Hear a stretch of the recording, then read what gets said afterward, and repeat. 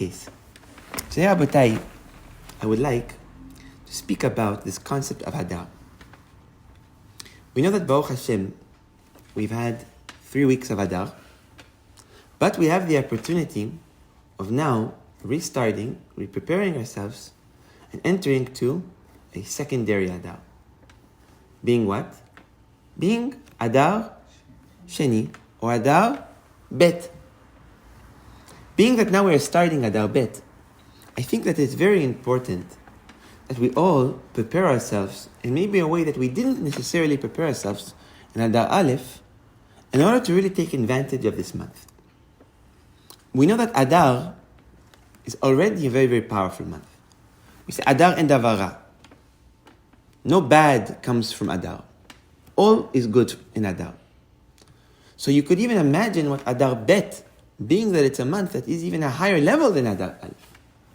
We know that it says in many, many books that Adar Bet is a month that is the most powerful month for Am Yisrael. Why?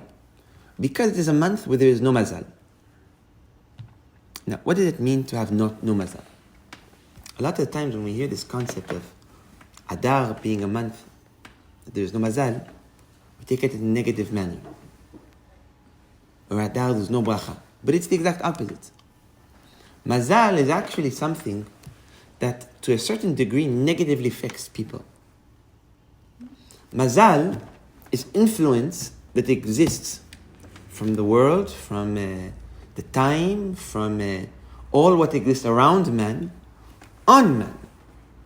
Bnei Israel, in our essence, we're holding this gift of freedom, and freedom in its essence is the ability to choose the path that we want to take in, without any exterior influences pulling us to either direction.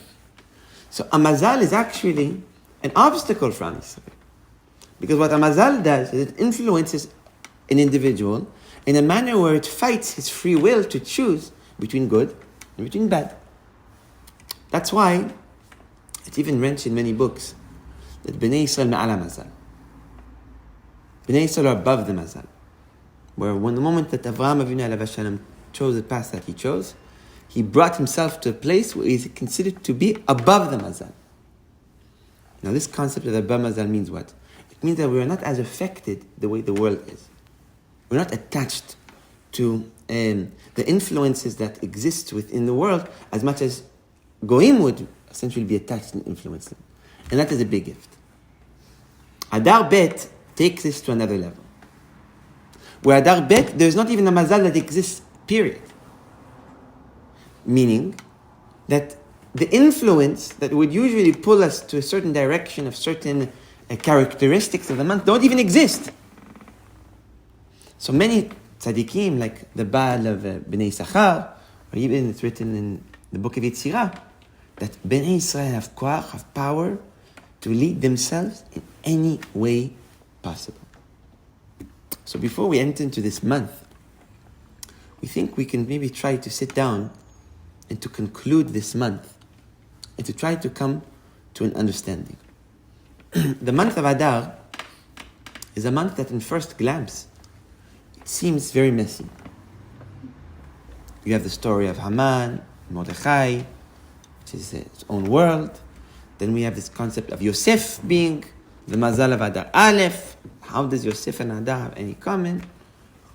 Then we have this concept of Torah Shebe'al Peh, where it says Bnei Israel received the oral Torah in Purim, Kiblu v'kiimu. Bnei Israel took upon themselves and they put into practice a new Torah. We have this concept of the last month of the year. It's the end of the year. So, being that this month is so full of completely different subjects, how can we understand it as a singular month with a singular pattern and a singular direction that we can take and ride and understand, and now to act properly in order to truly make this month a month where we will take great advantage. So a lot of the Hasidim will teach this very interesting teaching. We believe it was a big hint on how we should act. The Hasidim would say, he said, in the month of Adar, the job of Chachmei Israel, of the Rabbanim of Bnei Israel, was to remind Bnei Yisrael that it's the last month of the year. Meaning that what? As we know, and we mentioned this maybe a few weeks ago, the calendars are actually split into two. Our Hebrew calendar. We have the cycle of the month of the year, which it's the cycle of the summer, spring, etc., etc. And then we have the first month, the second month, the third month, the fourth month, etc. Rosh Hashanah, we hold that it's what? That it's the first month of the year as a calendar. But on a counting basis, the first month is the month of what? Nisan. Meaning that month 1 is Nisan. Month 12, meaning the last, is Adar. It's the one that comes right before Nisan. So many of the Hasidim would say that the job of the Rabbanim is to remember and to teach everyone and to repeat that Adar is the last month of the year. And if you can remember that Adar is the last month of the year, you will be able to come to an understanding and be able to come to a place of putting in fruition what Adar and Purim, all what occurs in this month really mean. So, I would like to try to put it all together and to try to come to a very clear understanding that maybe will give us a lot of chizuk into the new year, by count at least. So there's something very interesting in the Megillah that we always open up our classes with a question. And the question really gives us guidance on how to walk. So it said in the Megillah that, as we know, Aman HaRasha, when he wanted to bring a decree on Am Yisrael, he didn't just act from a frantic place. He was very smart. He was very well thought out. He sat down and he said, how can I bring the destruction of Bnei Israel in the easiest and in the most secure way? So, the Midrash says, Aman HaRasha, he had Chokhmah Yile'ah and Chokhmah Tata'ah. What does that mean? Aman HaRasha, he had knowledge down here as a human being, meaning worldly manners. Clearly, he became the advisor of one of the biggest kings. But he also held spiritual knowledge. Or in other words, Chokhmah Ile'ah. Chokhmah Ile'ah is knowledge above. Chokhmah Tata'ah is knowledge below. That's actually the wording in Aramaic. Ile'ah means up, Tata'ah means down. So it said that when Haman was looking in the calendar, he said, what date will I choose? The destruction from Israel. So it said that when he looked at every month, he didn't just decide on a month that would be suited, that would fit in his calendar and fit what he's busy. He looked for a month that Bnei Israel will have the most optimal mazal for them to fall. So what did Haman do? He looked through the first month, the second month, the third month, the fourth month, the fifth month, and he reached to the last month. When he reached the last month, it says in the Midrash that Haman HaRasha saw something in Adar that was very unique. What did he see? He saw that in the month of Adar, the big leader of Am Yisrael, which is called Moshe Rabbeinu, passes away. Now we know that Moshe Rabbeinu doesn't just represent a leader, he also represents Geulah, to the point where it said that when Paro heard that the Geulah was coming, he heard it in the form of what? He heard it in the form that his advisors and his prophets told him, the Redeemer is born. And once the Redeemer is born, it means the Geulah is here. To the point where it says that the moment that Moshe Rabbeinu was born, the slavery cut in half. And as much as Moshe got older in his life, the slavery dwindled and dwindled and dwindled. So Moshe doesn't just represent a leader. He represents redemption. And as we know, even Moshe Rabbeinu on a level of Sfirot, the Sfirah of Moshe is what? Netzach. Netzach represents what? Victory. What is victory? It's redemption. So Haman HaRasha, when he looked at the month of Adar, he saw something very unique. He said the month of Adar is the month where redemption of Am Yisrael dies. The month where the Redeemer of Am Yisrael dies. And that month, I will choose to bring the destruction for Klal Am Yisrael. The Midrash says, Haman did so. But the Midrash says Haman did a big mistake. And this mistake caused him that his whole plan fell apart. And his whole plan failed. What was this mistake?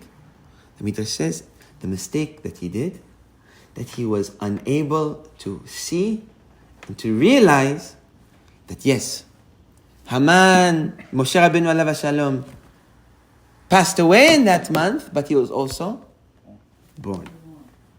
And the fact that Haman HaRasha didn't know that Moshe Rabbeinu alav shalom was born the same month that he was passing away, the Midrash says that was the mistake that caused Haman to fail.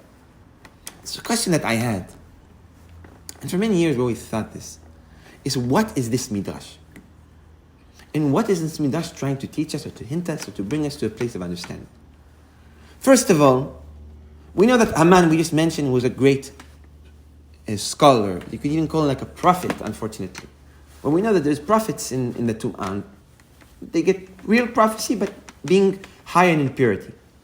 He knew that Moshe Rabbeinu was passing away in that month.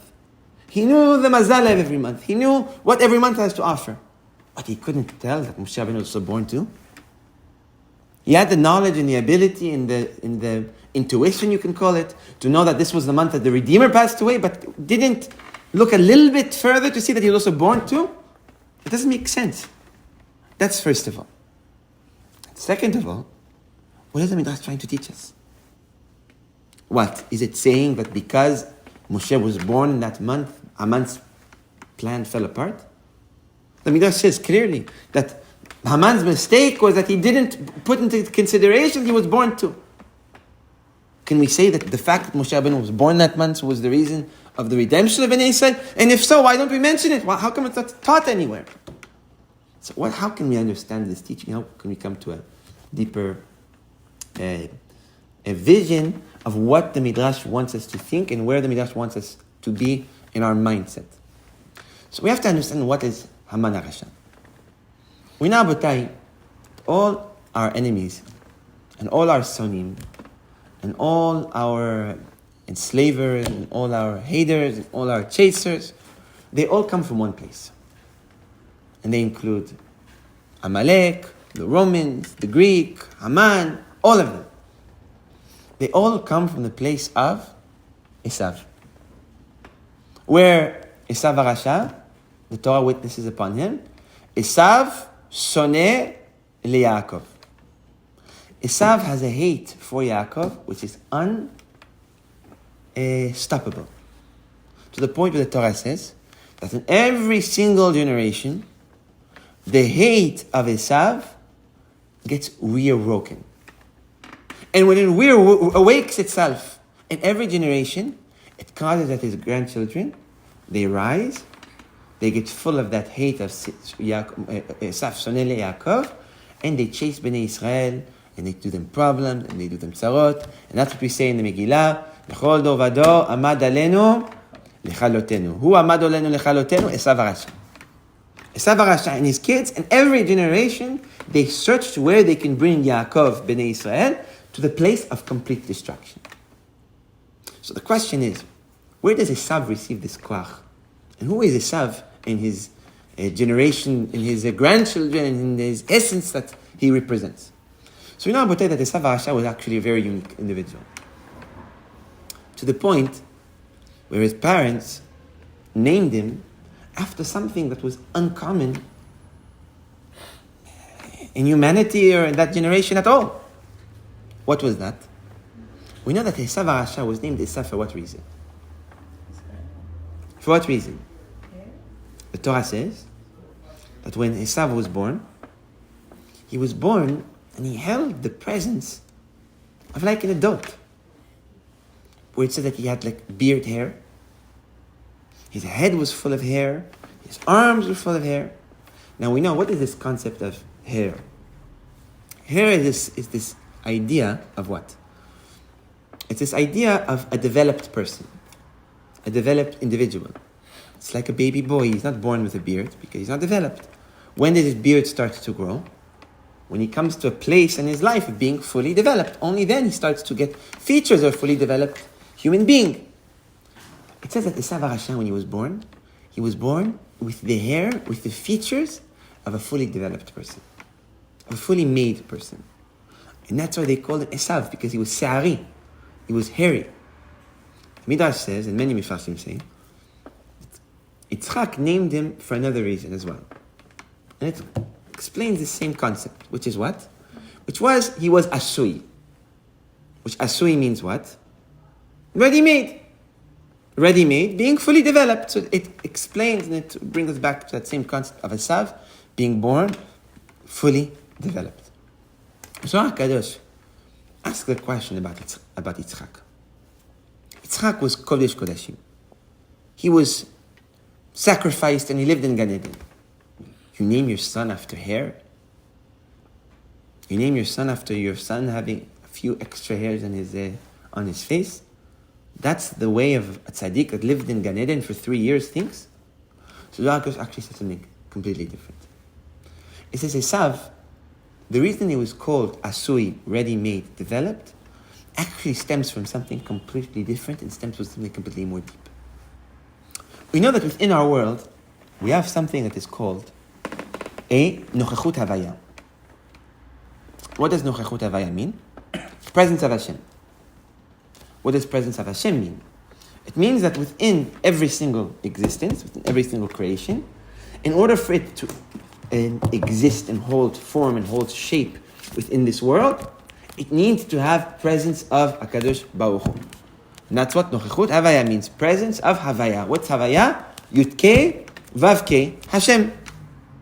And in every single creation, the one thing that we all share in common is this concept of presence of HaKadosh Baruch Hu. When something disappears, when something burns, when something no longer exists, it comes and it stems from a reality of losing its nochechut havaya. When something renews itself, when something changes form, also too comes in existence of a renewal, a different form of HaKadosh Baruch Hu, a different presence of HaKadosh Baruch Hu that now allow this secondary object to exist. So we're not going to get too much deep into this because we want to continue with our thought, but it's like we do brachot. You take a vegetable, you change its form, you different bracha.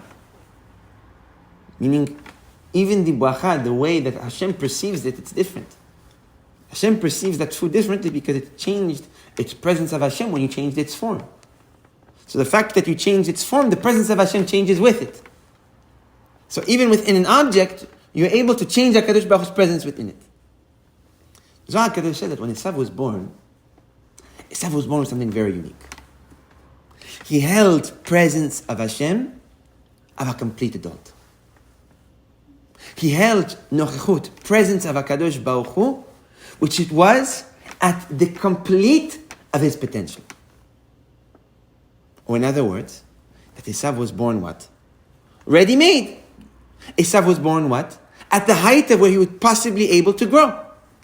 Zohar HaKadosh says that when Yitzchak saw Esav, he saw that he was born as an individual and he holds at the highest level of his potential holding presence of HaKadosh Baruch Hu. When Yitzchak saw that, he said he is asui. He is ready-made. He is something that is already built. He is something that already exists. That's why we explained, we said, it says in many places that if Esav was to do tshuva, he would be what? Bigger than Yaakov. How can you say that? Because Esav was already born at his height. He was already born at his maximum potential of growth.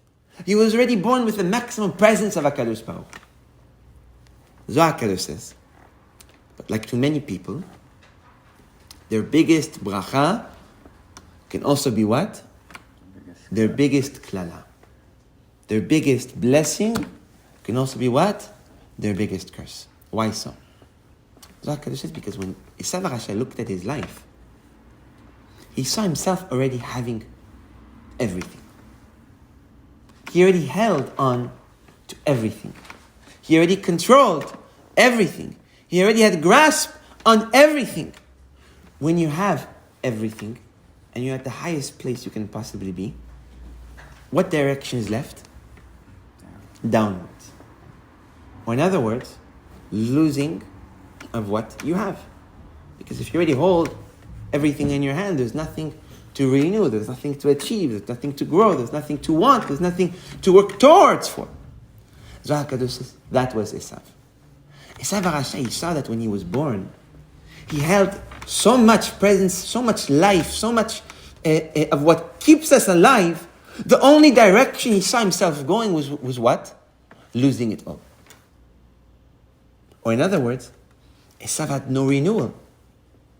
He had no need to renew himself because he was already at his maximum height. When you renew yourself, when you're growing.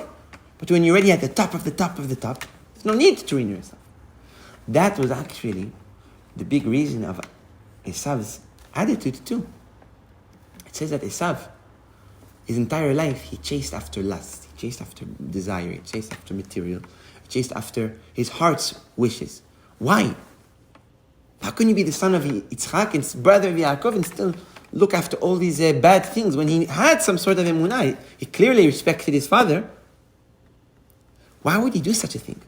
So based on this, we can understand that Esav's desire of eating as much as I can right now came from the fact that he truly saw that his life is coming to an end because there is no renewal. And once there is no renewal because I'm holding on to my maximum life, maximum presence of HaKadosh Baruch Hu that I can hold, once the end will come, it will be what? It will be a permanent end. Esav didn't taste what renewal of life is to see how it could exist within himself. So Esav looked at his watch and he said, I have a certain amount of years I can be alive. After these years that I will finish my life and I'm starting to lose everything that I held when I was born, I will come to an end and all will come to an end. And that's what it says in the Torah. Esav looked at Yaakov and what did he tell Yaakov? Anochi olech lamut. Rashi explains what was the fear of Esav when he mentioned, I am going to die. Where he told Yaakov, not that I'm going to die, that physically I'm going to die. That's it. My life is coming to an end. And once the end comes, ani olech lamut, it's complete death. And that death is final. There is no renewal after the end. That was the held, and that was the design of Esav HaRasha. Now on the opposite side, you have who?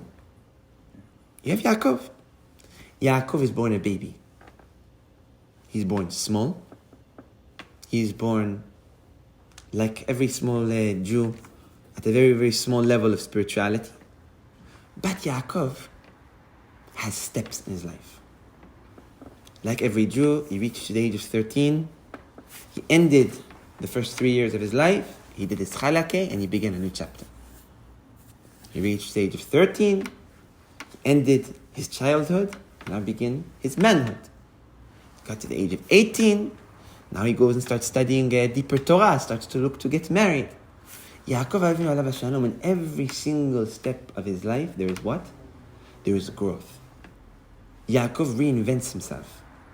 He goes from one level to the next. He ends one chapter and begins another. Yaakov, we even see that he changes his name. Where later on in his life, we call him Israel. Yaakov, throughout his life, throughout his years, he went through a constant renewal, a constant itchachut, a constant finishing of a level and beginning of a next. Yaakov lived the life of what? Of like what every Jew. Which is what? It is concept of always having the ability of growth, of growing. That's what Esav hated. Esav looked at himself and he saw that he has no ability of growth. He has no ability to advance because there's nowhere to advance. But he sees that his brother Yaakov is constantly renewing himself. It's constantly changing where he is. But Esav HaRasha saw something that even made him more upset. He saw that Yaakov, every single time an enemy chased him and brought him to the brink of death, not only that Yaakov survives on the last line of barely surviving, but when he leaves it, he actually does what? He actually ends up climbing higher where he was originally. We see Yaakov alayhi salam was chased by Esav. He left everything. He ran away from his parents, praying and hoping that Esav won't catch him and kill him. He reached the house of Lavan with nothing. He was like a dead man. In the house of Lavan, he accumulates what? Humongous amount of wealth. He reinvents himself, but this time bigger than when he was before. Esav destroys him, brings him to the end, makes him lose everything. Somehow, Yaakov finds a way to do what? To reinvent himself again. Shem comes, puts him to the ground. He reinvents himself. Esav's grandson or son tried to kill him. Thank God he didn't kill him. He took all his wealth. Yaakov reinvents himself. Esav realized that you can't kill this Yaakov. That every single time you bring him to an end, he takes that end and he starts what with it? A beginning. Every chapter that is ended, every chapter that is finished, Yaakov somehow finds a way of taking it like as an opportunity to start something new. And every time Yaakov started something new, he ended up higher where he was initially. That is the difference between Yaakov and Esav. Esav, his essence is Anochi olech lamut. I am about to die. And Yaakov is what? Yaakov lo met. Like what's mentioned in many, many places in the Midrashim, that Yaakov, it says that he didn't die. Maybe you can say they were referring for different things, but we say no. It's referring to the essence that Yaakov, he can't die. Because every single time you bring him to an end, he takes that end and he starts a new beginning. These two attributes of Yaakov and Esav didn't just stay with Yaakov and Esav. It actually continued on further. It continued to all their kids and their grandchildren and all their generations. We see that Goyim, they live in a certain way. They are born, they have their years of shtuyot, of childhood, and then they say, I am young. Now that I am young, what should I do? I should do everything. Because now I have everything. And now, from this point moving forward, I will only lose. I will only mature. I will only age. I will only lose value. So what do Umat HaOlam do? In the beginning of their life, they look at their life like they have everything, and from here, it will only go lower. It will only go down. And eventually, in the end of this drastic descent, in the end of this drastic falling, will come an end. And this end will bring what? This end will bring end of all ends. And after, when this end will occur, no renewal will follow. Goyim, in their nature, you see that they hold this character of Esav. But they see that they hold everything when they are young, and from that point forward, there is no renewal. Or in other words, the words of the Zohar, no havaya mitchadeshet. No renewal of presence of HaKadosh Baruch Hu, which results in no renewal of life. No changing of form. The same form that was created when it was born was already ready-made, and from that place forward, that same form takes them to the grave.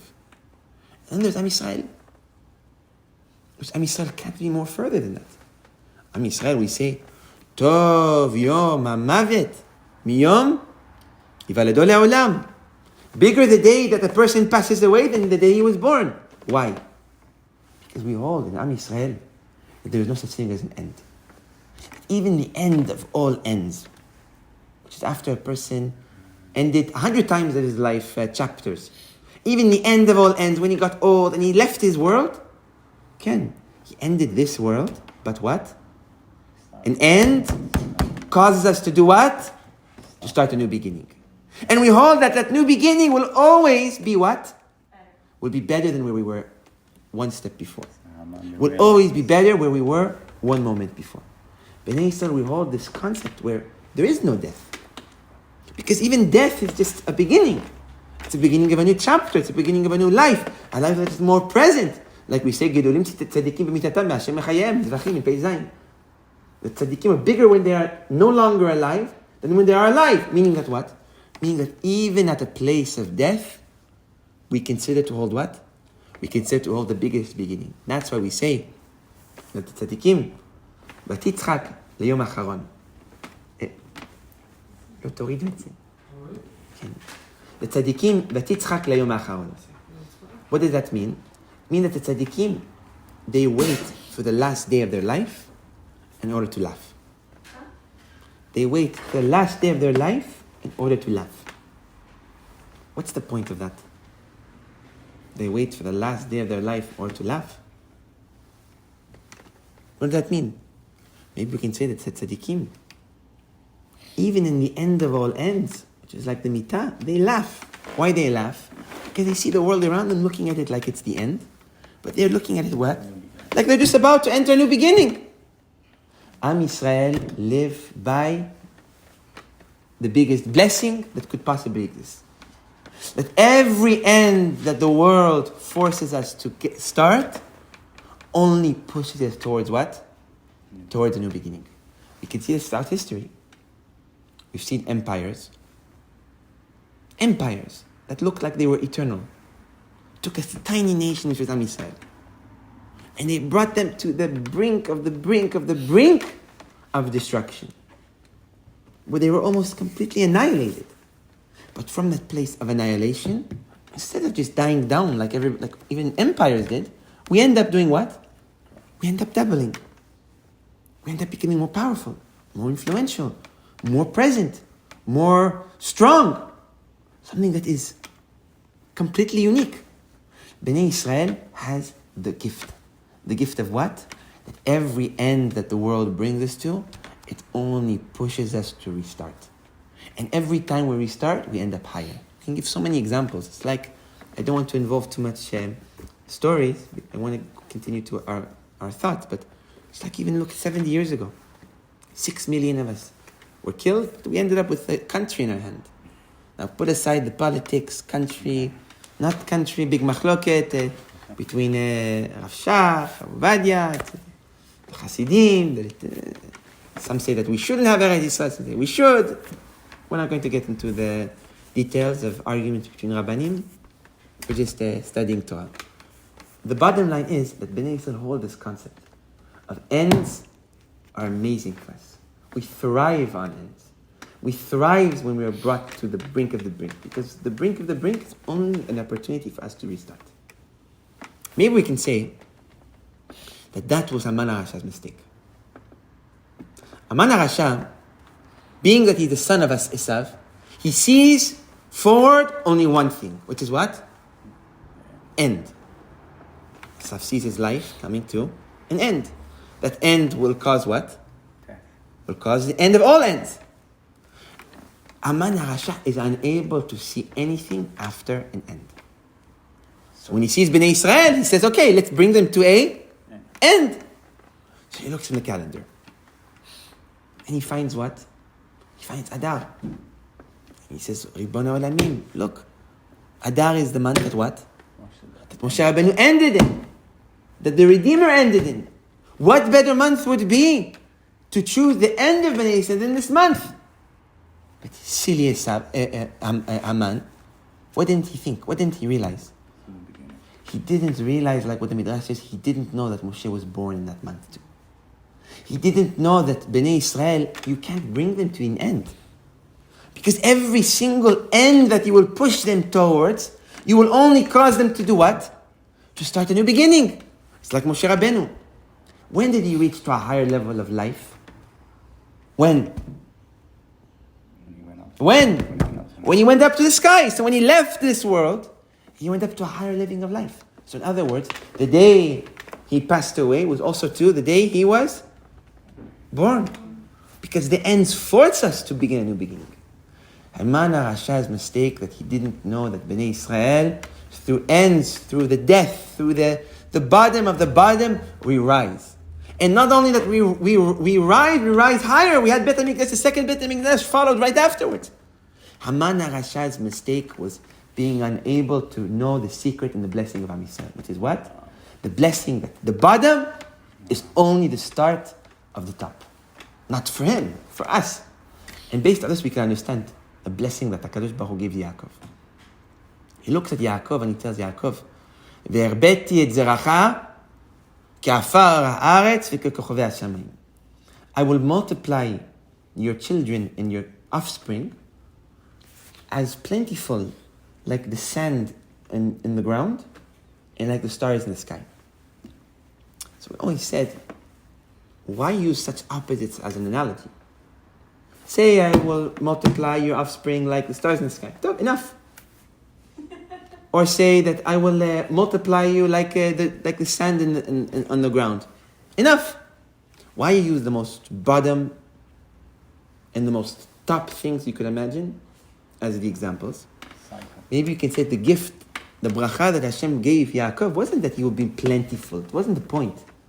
The bracha was that Bnei Israel, Yaakov, every time you were brought to the bottom, to the dirt, it will be the beginning of the ascending to the stars, to the sky. Every single time Bnei Israel will be brought to the bottom, to the end of all ends, from there they will renew themselves and they will end up reaching higher than they ever were before.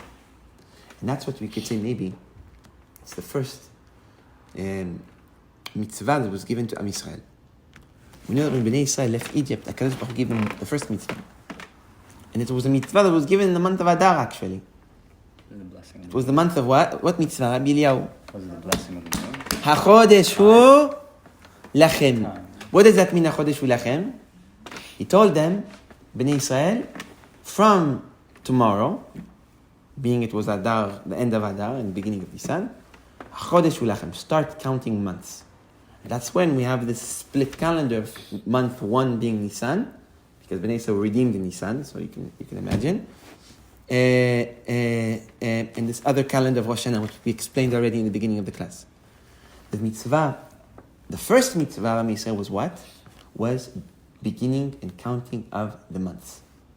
Arizal says, Al tikreu hachodesh hu lachem, ela ha'itchadshut hu lachem. What does that mean? Don't say, hachodesh hu lachem, that month is yours. Read it differently. Arizal says, read it, ha'itchadshut hu lachem. What does that mean? The renewal is yours, which is the same letters. That the gift that HaKadosh Baruch Hu gave Bnei Israel when they left Egypt, being the children of Yaakov, was this ability of renewal. Where ends are essentially pushes to new beginnings. That was the gift. So the question could be asked, why in the month of Adar? Why was the month of Adar so special that it was beginning right after the month of Adar, we begin the count of the months? And why a month of Adar is the last month of the calendar? So maybe we can say something like this.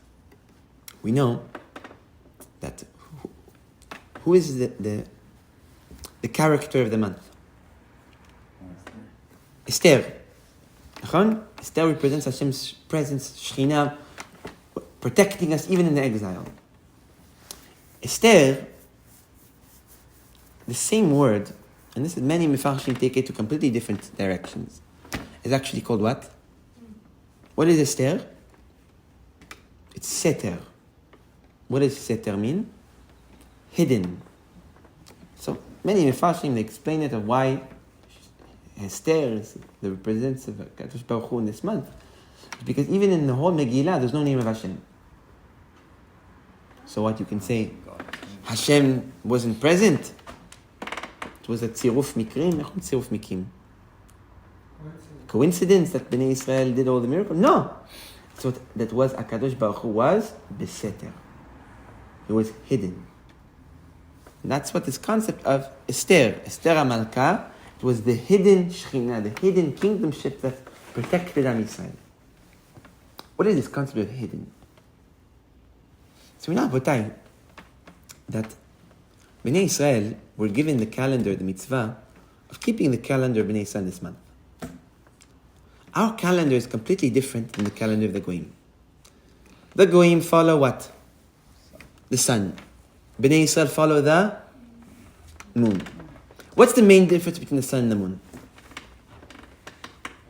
The sun, every day, every year, comes out the same way, with maximum brightness, and there is no difference. It starts in the morning, ends at night, and the brightness of the sun throughout the entire year always shines at the exact light. Sounds familiar, nachon? Sounds like who? No, like Esav. It sounds like Esav was born maximum brightness and zero. The moon is completely different. The moon, the beginning of the month, it's what? It's Jewish calendar. It's extremely tiny. It's like a little thin line. And as the month develops, it becomes a full moon. And when it reaches to its complete height of being in the middle, of being of growth, like Purim is in the middle of the month, complete height, what happens? the moon starts to die. And the moon falls. And the moon becomes thin again. And the moon comes to a place where it's completely hidden. It's barely visible. It's just a line. But from that place of being completely hidden, what begins? From the peak of being hidden, what begins? Its growth again. And it does so every single month. Maybe we can say that the gift of the calendar was given to us in this month, being that it's a month of what? Of what represents never dying, of always finding a way to renew ourselves. Where we're born, we reach to heights, we slow down, we come to almost a hiddenness, almost to like a death, but that death causes us to do what? To restart much higher. To restart at a much higher level, a much greater level.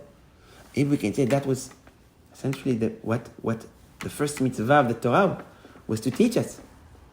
That regardless of what we are going through life, regardless of what we are fighting through life, regardless of what we see through life, ends are amazing. Wow. It could be an end of a chapter. It could be an end of a good business account. It could be the end of a relationship. It could be the end of in our case, a lease. It could be an end of anything. But ends are what? Ends are just a push to get us to start a new beginning. And with every single new beginning, always the ability and the opportunity to reach to greater heights is never more present. We mentioned that the month of Adar, there is one tzaddik that holds the mazal. Who is it? Who is it? Yosef. There are 12 tribes, there are 12 months. And the last month is the month of Yosef, like mentioned in the Sefer Yetzirah and Zohar Kadosh and many other places. Why Yosef? Why Yosef? Because Yosef represents Bnei Israel. In what way? Bnei Israel, when we are thrown to the dirt, what do? We get up and we go bigger. Yosef was taken by his brothers, and where was he thrown? Under a pit. What's a pit? It's underground. It's like a man that's dead. A man that's dead, you put him underground. It's something that's so low that it's even under our feet, where our feet stand. When Yosef was thrown to the pit the first time, it looked like the end. But Yosef ended up taking that end and ended up doing what? The first time he ended up becoming one of the servants of the king of the world at the time, which was Melech Mitzrayim. And then he was thrown to the pit again. And when he was thrown to the pit again the second time, what happened to him? He got out and he became what? He got even bigger. He reached to the top of the top. He became the Melech of Kol Eretz Mitzrayim. We hold a gift. And it's the gift. And regardless of what end we are approaching, end, death, whatever you want to call it, it is all just an opportunity of Hashem pushing us to restart. And that is like the month. We are in the last month of the year. It's the end. It's the last month that exists within our calendar. But that end is actually only what? It's only a push to get us up and started again. And especially that this month of Adar represents like a resurrection of the dead. We reach to the dead of the end of all ends. It said that when Haman brought the decree of Bnei Israel, that they will larog, lashchid, labed, every single Jew, they fed into it. They didn't even fight it. It said that what did they do? They put on sacks. They tore their sacks like a person that's doing what? Mourning. They sat on the floor and they fasted. Why? Why would they mourn? Who were they mourning for? The Mepharshim say they were mourning for who? For themselves. When they understood, they said this month is a month of ends. It's the last month of the year. It's the beginning of when we start our calendar that represents ends and beginning and ends and beginnings. It's the month of Moshe Rabbeinu, ending but beginning too. This is the time of ends. Haman is pushing us to an end. Let's embrace it. Let's all die. Let's consider ourselves dead. Let's consider ourselves brought to the end of all ends. And from that end of all ends, we will only start the beginning of all beginnings. From that place, we only start to a much higher level of growth. We see that in presence. Not only they built the second Beit HaMikdash, they received the new Torah. The same way that it says that when Bnei Israel were around the mountain, before they received the Torah, what happened to them? They died. Why they died? They died and they came back to life. It's obvious. If you want to start a new beginning, you have to end. After you end, you start a new beginning. So even the first time when the Torah was given, they needed to die on the mountain in order to end their existence from where they are now, and then enter into a what? Itchatshut Havaya. What's Itchatshut Havaya? A renewal, a new shape, a new presence of Hashem that gives us new stomachs, new life. Bnei Israel, they know that if they're going to renew themselves, they need to completely end. And look where that brought them to. Maybe we can also attach this to Torah Shebe'al Peh. Torah Shebe'al Peh, the oral Torah that was given to us this month. And that is what? It says in the Gemara, something is very, very radical. That we like to be positive. But this is extremely negative. It says in the Gemara, איזהו תורה המתקיימת, אלא האדם שממית עצמו עליה. What does that mean? It says, what Torah survives? The Torah that a man dies on. Meaning, if you die for your Torah will survive. If you don't die for your Torah will not survive. Like where it says, Adam ki yamut ba'oel. A man that dies in the oil, in the tent. The tent of what? The tent of Torah. And we said, why so dramatic? Why so radical? The whole Torah is about living. And here it says you have to die for your Torah to exist.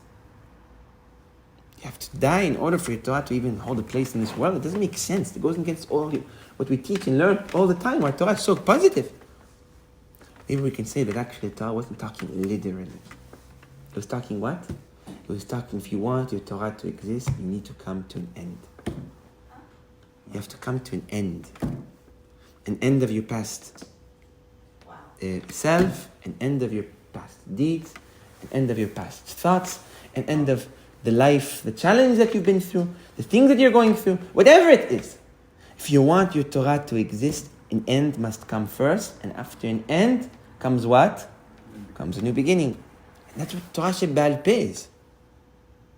Torah Shebe'al Peh in its essence, who can translate what Torah Shebe'al Peh means? In simple translation, what does that mean? Torah Shebe'al Peh. On your lips.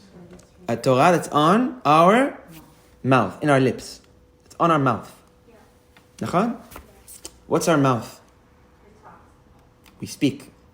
How does Hashem create the world? Words. What does the power of creation stand in? Where does creation stand in? In our hands or in our mouth? In our mouth. What is Torah Shebe'al Peh? It's a Torah that exists in our mouth. Or in other words, it's a Torah that exists with Chidush Havaya.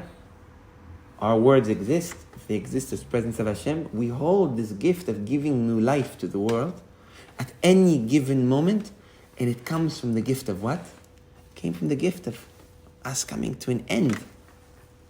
In Purim, coming to an end in Shushan. And that end gave us the gift of having constant life, constant renewal. Every word that we speak, in order for it to exist, needs the presence of Hashem. We control that presence of Hashem. We're able to dictate that presence of Hashem. And all of that was given to what? It was given to us, Purim. Purim represents new life. This explains a story that we'd never understood. For years upon years, we tried to understand, and this Kiddush gave us the place of understanding. It says in Gemara and Megillah that there was Rav Zeira that on Purim sat down and drank with his chavrota. And he drank, and he drank, and he drank, and he drank, and he drank, until like where it says, Ad delo yada ben Mordechai leHaman. When he drank to that level, it says that he looked at his chavrota that he loved so much, he pulled out his sword, and he cut his head off. A few hours passed. Rav Zera tried to wake up, and he looked, and he said, everyone's sad. So he asked, what's happening here? He said, what do you mean what's happening? You just killed your chavruta. He looked at them, he said, no, don't worry. Took his head, put it back on his body, brought him back to life. True story. It's in the Gemara. So he said, what is this Gemara trying to teach us? That's number one. We're supposed to kill each other in Purim. We're supposed to try to murder one another. Chas v'shalom, la alenu v'la ala afi echad. In Purim, what's the meaning behind this? He killed him and he brought him back to life. And especially, you can ask a question. This Rav Zera was tzaddik. How can he kill somebody? Maybe we can say that Rav Zera was just trying to teach generations to what extent the ability of coming to new life that sits in our hands in Purim. Wow. Purim is the essence of ends and new beginnings. Wow. It's the essence of life after ends. Rav Zera gave us a teaching that we can all understand that Purim is so powerful to the point that he was able to revive his friend. He was able to bring his life back, his friend's life back. Purim in its essence is the greatest gift of taking advantage of this big end and understanding this big end is what? It will be what will propel us to the to a new beginning. And this new beginning will be a beginning full of bracha and tzlacha and siyata dishmaya gdola. And may we all, B'ezrat Hashem, come to a place of good ends and better beginnings. B'ezrat Hashem. Wow. Any questions? Or does anyone want? We call somebody to bring new beginnings to people. Yeah. That was really Kin beautiful. Sadika. Wow. You have anyone has a question? So what do you think about the war? You are from Ukraine? No, I'm from Russia. I On the other side. go out. Thank you. Well, if this, I don't know, it's, if this is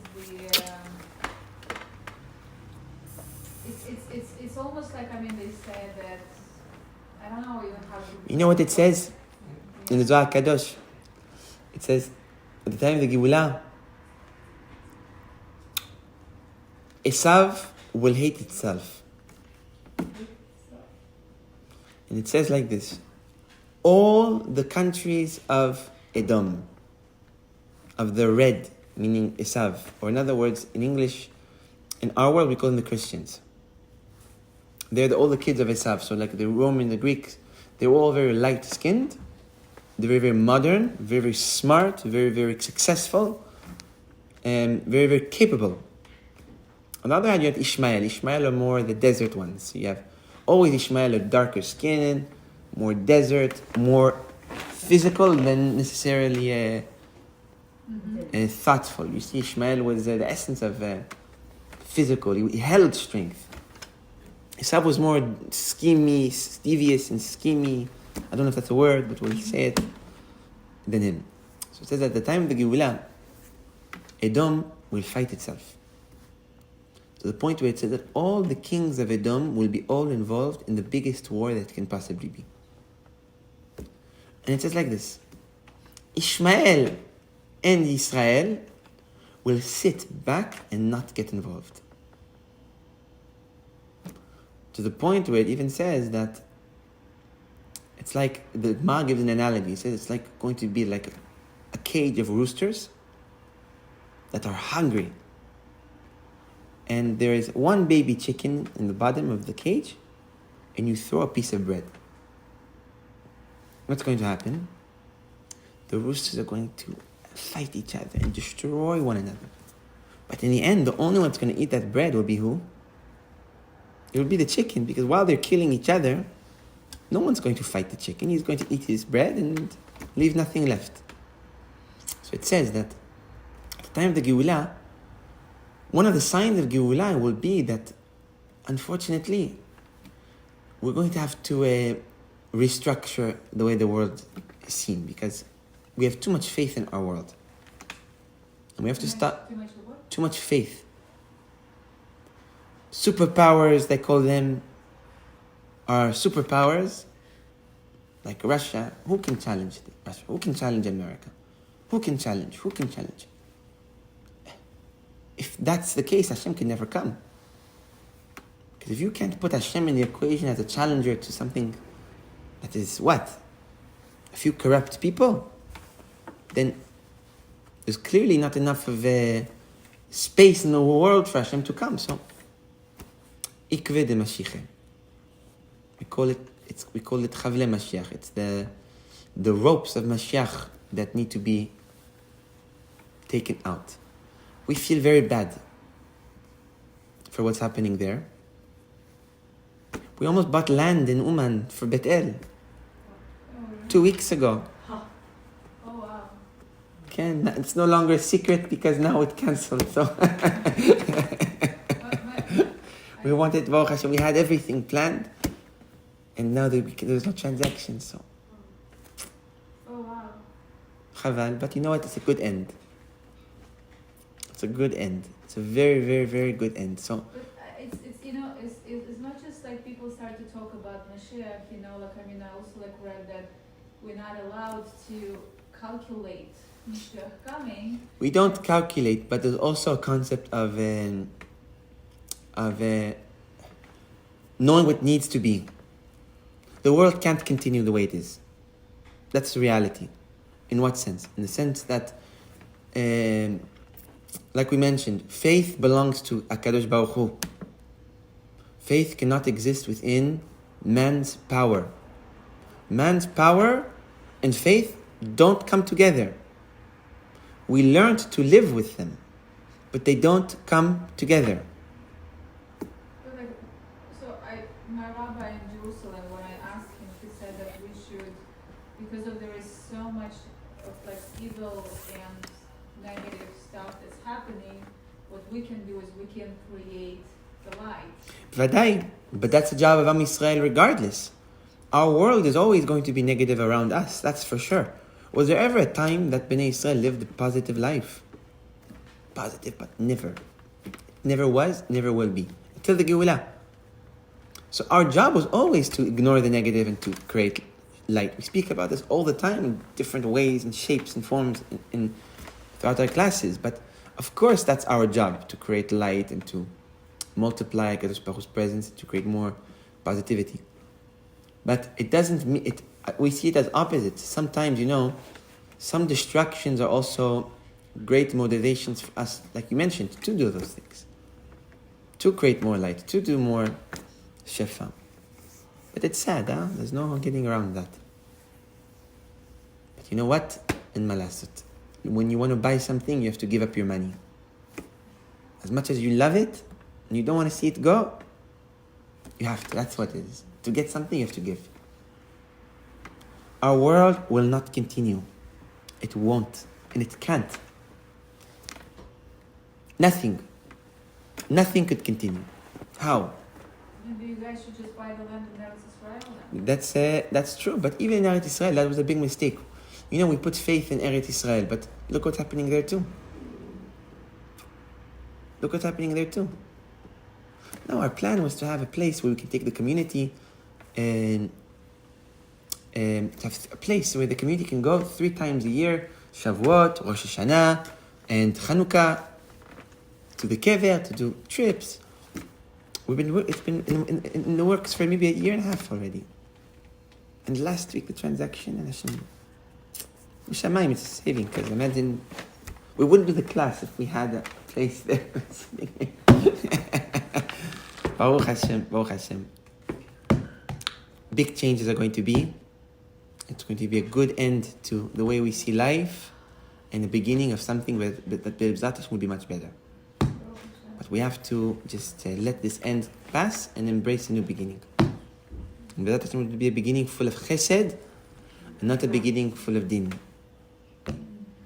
Ken Tzadika. When you said Esau knew it was the end, he couldn't go higher. Anochi olech lamut. Ken. So he lost hope? It's not that he lost hope, it's that he lost sight. You know, like we mentioned, we use that American term because it's very applicable. That his blessing became a curse. A lot of the times, the blessing that Hashem gives us actually end up just being our demise in so many different forms and shapes and ways. Esav's problem that he didn't see what else he could achieve. He didn't see what else he could grow. He saw this world as what he held, but in reality, no. This world is just a tool to gather more next. Because I think if I don't have hope for the future good that I can do, then if I believe that I'm gonna, for example, finish an end to have another beginning, but we are human, so we are not sure if there's gonna be a new beginning. So that's our test. Fear That's the test. Fear of the end. You know what? But you know one thing Bnei Yisrael hold that you can't take away from us? That at the last minute, our neshamot take control of us. There's a story that is very inspiring of in the Holocaust, which we don't like these stories of the Holocaust, because then we are young generation need to be looking what they can build, not what was destroyed. To a certain degree, we should look at what Beit HaMikdash was destroyed, not other things. Other things, no good will come from it. Only more anger and more zda, more bad. Beit HaMikdash, we should remember its destruction. Other things, not. So it says that there was a man that was in the Holocaust that became big Rasha. He was an atheist. Hated religion, hated everything. To the point where he changed his name, he became like a non-Jewish. He married a non-Jewish person. He said, I want to live a non-Jewish life. Ate his choice. One of the neighbors, hated Jews, called the police. He said, there's a Jew that's pretending to be a non-Jew. So they went to his house, they banged down his door, and they said, come with us. He said, I'm very sorry, I am not Jewish. I am a German resident. I am not a Jewish person. So the general was smart. He said, you're not Jewish? He said, I'm not Jewish. He said, your kid's Jewish? My kid's not Jewish. He said, come with me. He took him to a shul. He opened the Echal, and it says that the German general took a Sefer Torah, opened it on the floor. And he told this atheist, walk on it. And it said that as much as he didn't believe, he said, I can't. He said, it's just a piece of paper, walk on it. He said, I can't. So, Bnei Yisrael, in their nature, in the last moment, we have bravery because we don't really fear. We don't truly fear. It's Yetzer Hara fighting us throughout our hard times of life, saying, or the things that we love most, things that we're most attached to, physical things that give us fear. But we don't fear. Bnei Yisrael never feared. Our emunah always gave us strength like no other. You can't kill Bnei Yisrael. We are indestructible as a nation and as an individual.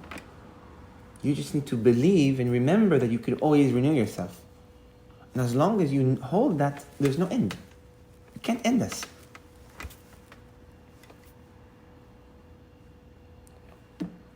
Zadla. Zeo, any other questions?